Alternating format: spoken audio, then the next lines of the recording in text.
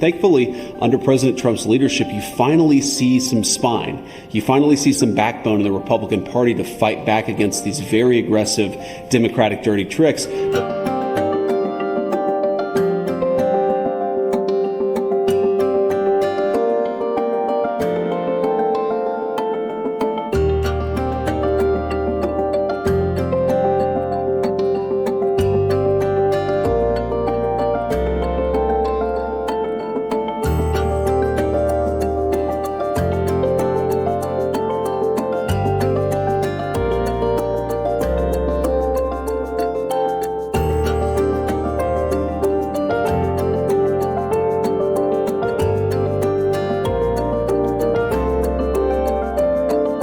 Everybody, even Democrats actually admit this, that the census in 2020 had a major statistical error. And what that meant is that you actually undercounted a few states that are Republican, like Florida and Ohio. You overcounted some blue states. And so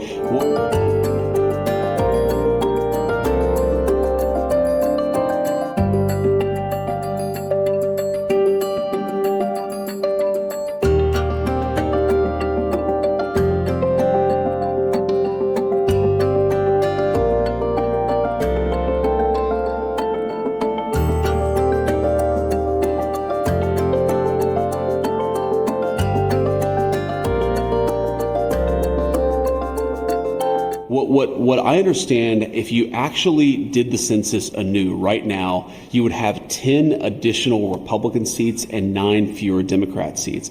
And really what we're living with, Maria, is the consequence of 40 years of institutional control in the Democratic Party. These guys have fought very dirty for a very long time, and they haven't just won elections and enacted laws that we may not agree with. They have tried to rig the game for Democrats and against Republicans.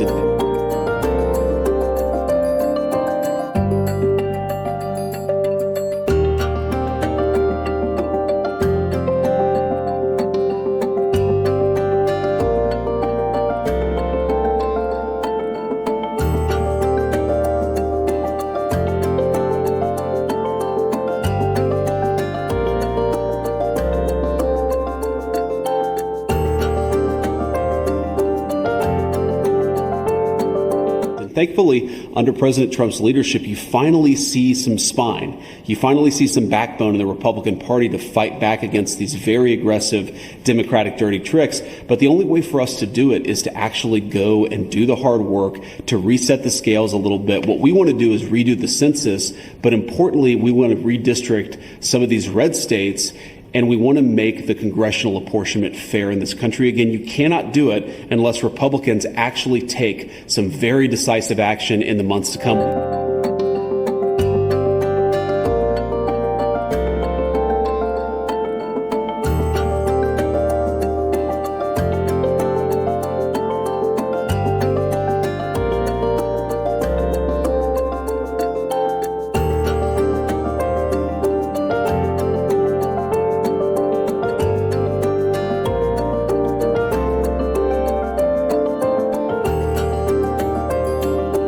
We're only 6 months into Trump 2.0, but speculation has already begun about who will be the heir to the MAGA movement. So who will be the Republican presidential candidate in 2028? And Donald Trump was asked about this, and he seemed to agree that JD Vance is the favorite.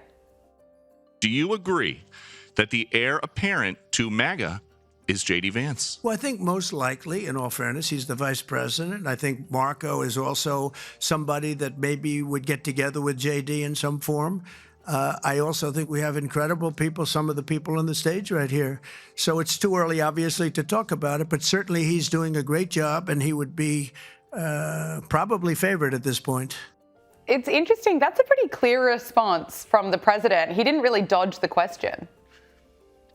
Well, Donald Trump is not necessarily one, Gabrielle, to dodge questions. I mean, this is a guy he's made an entire career basically of calling it like he sees it, going back to the old New York City tabloid days of the 1970s, 1980s.